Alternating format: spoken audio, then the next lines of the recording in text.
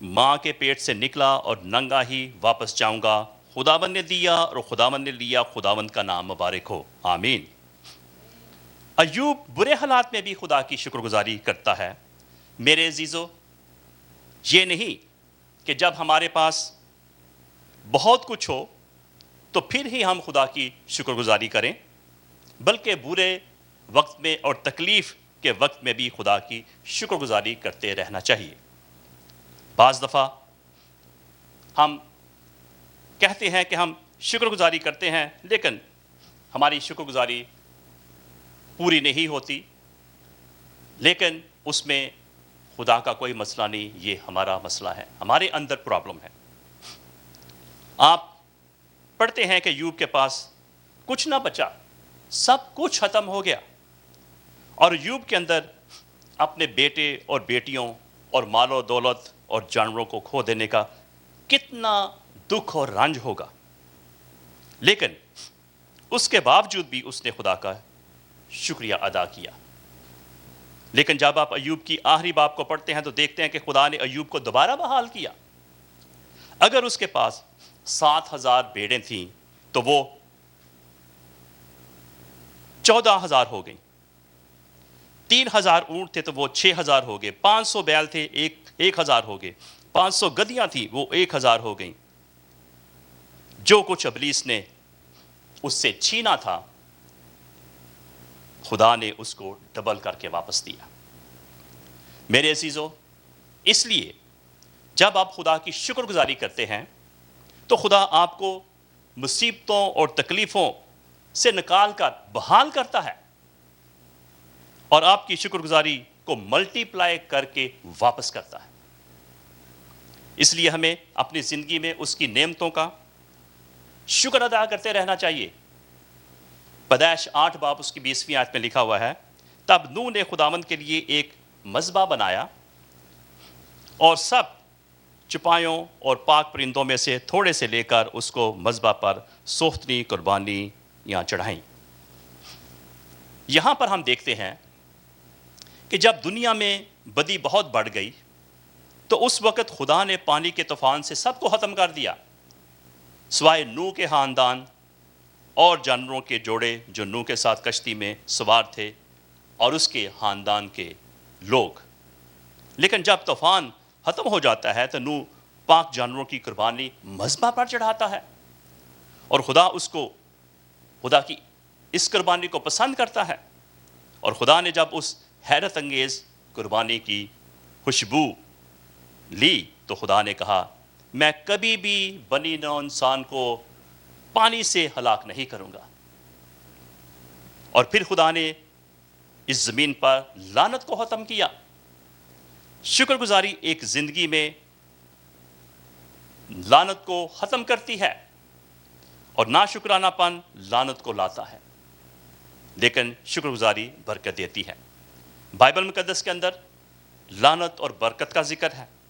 استثناء کے اندر ہمیں پتہ چلتا ہے کہ خدا نے یشوع کو بڑے واضح انداز سے کہا تھا کہ تم نے یرو میں لعنت کرنی ہے تاکہ اس کو کوئی دوبارہ بحال نہ کر سکے۔ اور آج بھی لعنتیں اور برکتیں اس دنیا کے اندر ہیں۔ بعض لوگ بہت کوشش کرتے ہیں لیکن ان کے پیسوں پر برکت نہیں پڑتی، وہ بہت سی چیزوں میں ناکام ہو جاتے ہیں۔ وہ ناکامیاں ان کی اولاد، فیملی یا ذاتی معاملات کے بارے میں بھی ہو سکتی ہیں، اور دراصل اس وقت ہم قرض کے نیچے ہوتے ہیں۔ لیکن جب ہم خدا کی شکر گزاری کرتے ہیں تو ہماری زندگی میں برکتیں آنا شروع ہو جاتی ہیں، ہماری زندگی خوشحال ہونا شروع ہو جاتی ہے، ہمارے اندر تبدیلیاں آنا شروع ہو جاتی ہیں، اور ہم خدا کے قریب ہو جاتے ہیں۔ اس لیے میرے عزیزو، ہمیں ہمیشہ اپنی اولاد کی صحت کی بحالی کے لیے، اپنے کام کاج کے لیے، کاروبار کے لیے اور دیگر چیزوں کے لیے خدا کی شکر گزاری کرتے رہنا چاہیے، کیونکہ شکر گزاری ہمیں خدا سے ملائے رکھتی ہے، جوڑے رکھتی ہے۔ یوحنا 11واں باب اس کی 40ویں 41 آیت میں لکھا ہوا ہے، یسوع نے کہا، کیا میں نے تجھ سے کہا نہیں تھا کہ اگر ایمان لائے گی تو خدا کا جلال دیکھے گی؟ بس انہوں نے اس پتھر کو ہٹا دیا. یہاں پہ لازر کی بات ہو رہی ہے, مارتھا اور مریم کی بات ہو رہی ہے. اور پھر یسوع نے آنکھیں اٹھا کر کہا, آئے باپ, میں تیرا شکر کرتا ہوں کہ تو نے میری سن لی. ابھی تک لازر قبر کے اندر ہے اور 4 دن مرے ہوئے اس کو ہو گئے ہیں, لیکن یسوع نے اس کی قبر پر شکر گزاری کی ہے. شکر گزاری ہمارے مرے ہوئے حالات کو زندگی بخشتی ہے میرے عزیزو. کیونکہ ابلیس ہمیں مایوس اور پریشان کرنا چاہتا ہے, ناکام کرنے کی کوشش کرتا ہے تاکہ ہم اپنے حوصلوں کو چھوڑ دیں. لیکن شکر گزاری ایک ایسا بید ہے اور ایسی برکت ہے جو خدا نے ہمیں دے رکھی ہے. بہت سے کرسچن ہیں جو شکر گزاری کے بید کو نہیں سوچتے, نہ سمجھتے ہیں. وہ سوچتے ہیں جب بچہ پیدا ہوتا ہے یا شادی بیاہ یا کوئی گھر بنانے, نیا گھر بنایا جاتا ہے تو پھر ہی شکر گزاری کرنی چاہیے. لیکن آج ہمیں اپنی سوچ کو بدلنا ہے, بلکہ ہمارا ہر دن شکر گزاری کے ساتھ ہونا چاہیے. ابلیس ہماری زندگی میں ہماری خوشیوں کو چرانے کی کوشش کرتا ہے تاکہ وہ ہماری زندگی کو الجھن میں ڈالے, پرابلم میں ڈالے, مشکل میں ڈالے, تکلیف میں ڈالے. بائبل میں ایک اور عورت کا ذکر آتا ہے جس کا نام ہنا تھا.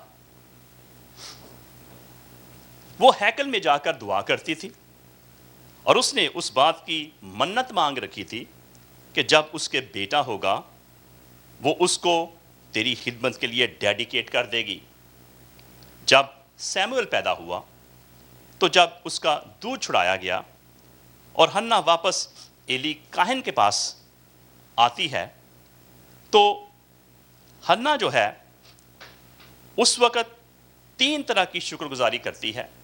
سب سے پہلی ہنا اناج لے کر آتی ہے, بچڑا لے کر آتی ہے اور کچھ پیسے خدا کی شکر گزاری کے لیے پیش کرتی ہے. اور پھر وہ اپنا ماتھا زمین پر ٹیک کر خدا کا شکر کرتی ہے اور کہتی ہے, یہ بہت بڑے الفاظ جو تھے اس وقت ہنا نے خدا کے لیے کہے کہ تیرے جیسا کوئی خدا نہیں ہے, تیرے جیسا کوئی قدوس نہیں ہے. اسی طرح جب ہم کلام مقدس کو پڑھتے ہیں تو ہم ہابل اور کاہن کو بھی کے متعلق ہم پڑھتے ہیں تو اس کو سکھایا گیا تھا کہ تم اپنی زندگیوں میں خدا کا شکریہ کیسے ادا کرنا چاہیے تمہیں. لیکن کلام مقدس ہمیں بتاتا کہ خدا نے ہابل کی قربانی کو قبول کر لیا, لیکن کاہن کی قربانی کو خدا نے رد کر دیا, قبول نہ کیا, کیونکہ کاہن کی قربانی کے لیے اس نے صحیح طریقے سے قربانی کی تیاری نہیں کی تھی. اس لیے ہمیں اپنی زندگی میں خدا کی شکر گزاری کے لیے مکمل تیاری کرنی چاہیے. ذرا سوچیں, ایک ہی مذبح پر ایک قربانی کو قبول کیا جا رہا ہے اور دوسری قربانی کو رد کیا جا رہا ہے. واز 11 باب اس کی 6 آیت میں لکھا ہوا ہے, صبح کو اپنا بیج بو اور شام کو بھی اپنا ہاتھ ڈھیلا نہ ہونے دے, کیونکہ تو نہیں جانتا کہ ان میں سے کون سا برابر ہوگا, یا وہ یا دونوں کے دونوں برابر برومند ہوں گے. اس لیے ہمیں اپنی زندگی میں دعا کے ذریعے سے روپے پیسے کی صورت میں شکر گزاری کا بیج بوتے رہنا چاہیے. استثنا 6 باب اس کی 12ویں آیت میں لکھا ہوا ہے, تو ہوشیار رہنا تا ایسا نہ ہو کہ تو خداوند کو جو تجھ کو ملک مصر یعنی غلامی کے گھر سے نکال لایا بھول جائے. میرے عزیزو, یہ انسان کی نیچر ہے کہ ہم مصیبت میں جب ہوتے ہیں تو پھر ہم خدا کو یاد کرتے ہیں اور کہتے ہیں کہ ہماری زندگی میں ایک دم موضع ہو جائے.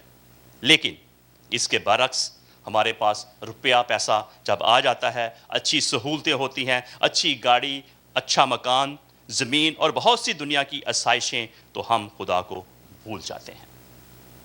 اس لیے خدا یہاں پر اسرائیل کو تاکید کر رہا ہے کہ میں تمہیں غلامی سے نکال لایا ہوں اور تمہیں وعدے کی سرزمین یعنی ملک کنعان دیا، اس لیے اس بات کو مت بھولو، کیونکہ میں ہی واحد خدا ہوں جس نے تم کو سب کچھ مہیا کیا ہے۔ رومیو پہلا باب اس کی دوسری آیت میں لکھا ہوا ہے، اس لیے کہ اگرچہ انہوں نے خدا کو جان تو لیا مگر اس کی خدائی کے لائق اس کی تمجید اور شکر گزاری نہ کی، بلکہ باطل خیالات میں پڑ گئے اور ان کے بے سمجھ دلوں میں اندھیرا چھا گیا۔ بہت سے لوگ چرچ جاتے ہیں اور خدا کی ساری قربانیاں ان کے سامنے ہوتی ہیں اور کہتے ہیں خدا نے مجھے برکت دی ہے، لیکن وہ خدا کی شکر گزاری نہیں کرتے۔ میرے عزیزو، اس بات کو یاد رکھیں کہ ہمارا ناشکرا پن ہمیں آسمان پر جانے سے روک دیتا ہے۔ اسرائیل جب بیابان کے اندر تھے، وہ مصر کو یاد کر کر کے روتے تھے اور خدا سے شکایات کرتے تھے اور موسیٰ کو بہت تنگ کرتے تھے، موسیٰ کو طرح طرح کی باتیں کرتے تھے کہ مصر میں ہم یہ کھاتے تھے، وہ کھاتے تھے، ہمیں وہاں پر کوئی مشکل نہیں تھی، تو ہمیں بیابان کے اندر مارنے کے لیے لے آیا ہے۔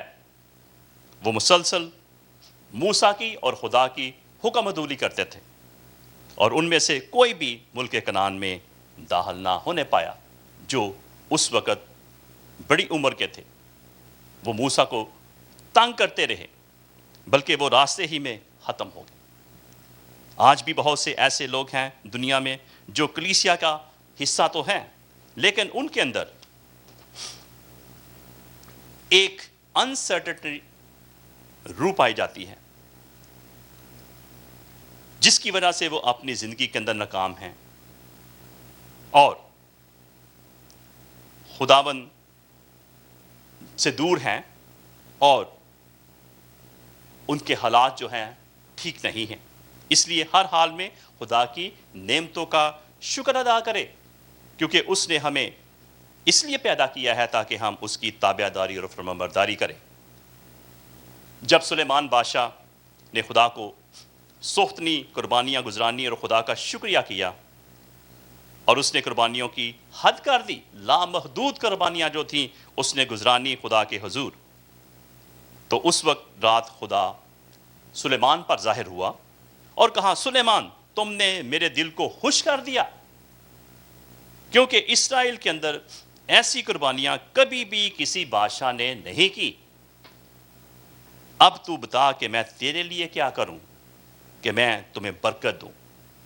تو سلیمان خدا سے کہتا ہے، مجھے انصاف اور حکمت والا دل دے، اور خدا نے کہا، میں نے تیرے کہنے کے مطابق تمہیں عطا کیا، کیونکہ تیرے جیسا بادشاہ نہ اسرائیل میں ہے نہ ہوگا۔ سلیمان بادشاہ امیر ترین بادشاہ تھا اور اس کے برتن سونے کے تھے اور اس کی قابلیت اور حکمت کی وجہ سے دوسرے ملکوں سے لوگ اس کو ملنے کے لیے اور اس کی حکمت کو سننے کے لیے آتے تھے، کیونکہ جب آپ خدا کی شکر گزاری کرنا شروع کر دیتے ہیں تو خدا ہر چیز کو بہتر بنانے کی قدرت اور جلال رکھتا ہے۔ اگر آپ بیمار ہیں تو خدا آپ کو شفا دے گا، کہیں حادثے کا شکار ہیں تو خدا آپ کو وہاں سے بچائے گا۔ زندگی میں سٹریس ہے، فیملی مسئلہ ہے، مالی پرابلم ہے، اولاد کا مسئلہ ہے، کس قسم کی بھی پرابلم ہے تو خدا آپ کو اس سے آزاد کرے گا۔ خدا کی شکر گزاری کرنا شروع کر دیں تو یقیناً آپ کی زندگی کے اندر تبدیلی آئے گی اور خدا آپ کو کثرت سے برکت دے گا۔ خدا آپ کی زندگی کے اندر کام کرنا شروع کر دے گا اور آپ روحانی طریقے سے خدا کے ساتھ بڑھتے جائیں گے، اس کی حکمت میں، اس کی محبت میں، اس کے پیار میں۔ اس سے پیشتر کہ دیر ہو جائے، ہم آخری دور کے اندر رہ رہے ہیں۔ آج ہی آپ فیصلہ کریں، اپنی زندگی میں ڈیسائیڈ کریں اور اپنی زندگیوں کو خدا کے سپرد کریں تاکہ آپ کے خاندان کے اندر برکت ہو، آپ کے کام کاج کے اندر برکت ہو اور خدا جو ہے آپ کو کثرت سے برکت دے۔ خدا آپ سب کو اس کلام کے وسیلہ سے برکت دے، آمین۔ آئے ہم دعا کریں۔ رحیم زندہ آسمانی باپ، ہم تیرا شکر کرتے ہیں خداوند کہ جب ہم تیرے کلام کو پڑھتے ہیں تو ہم دیکھتے ہیں کہ تیرے بیٹے یسوع مسیح نے ہم سب کے لیے اپنی صلیبی موت کے ذریعے سے ساری سوختنی قربانیوں کو منسوخ کر دیا۔ آج جب کہ خداوند پیارے باپ ہم نے تیرے کلام سے سیکھا کہ ہمیں کس طرح سے خداوند اپنی زندگی میں تیری شکر گزاری کرنی چاہیے۔ پیارے باپ ابھی تک بہت سے لوگ ایسے ہیں خداوند جو تیری شکر گزاری نہیں کرتے، نہ انہوں نے سیکھا نہ سمجھا۔ آج تیرا کلام ہے خداوند ہمیں بتاتا ہے خداوند کہ ہم اپنی زندگی میں کس طرح سے خداوند پیارے باپ تیرا شکریہ ادا کر سکتے ہیں تاکہ ہم روحانی طریقے سے بڑھیں، جسمانی طریقے سے بڑھیں، اور سب سے بڑھ کر خداوند تیری حکمت میں تیرے پیار میں بڑھتے اور پھولتے چلے جائیں۔ آج کے اس سارے پیغام کو خداوند جو ہم نے خداوند سنا ہے خداوند پیارے باپ تیری وساطت سے خداوند تو بلیس کر برکت دے، مانگتا ہوں تیرے پیارے بیٹے یسوع مسیح کے زندہ جلالی اور مبارک نام میں، آمین۔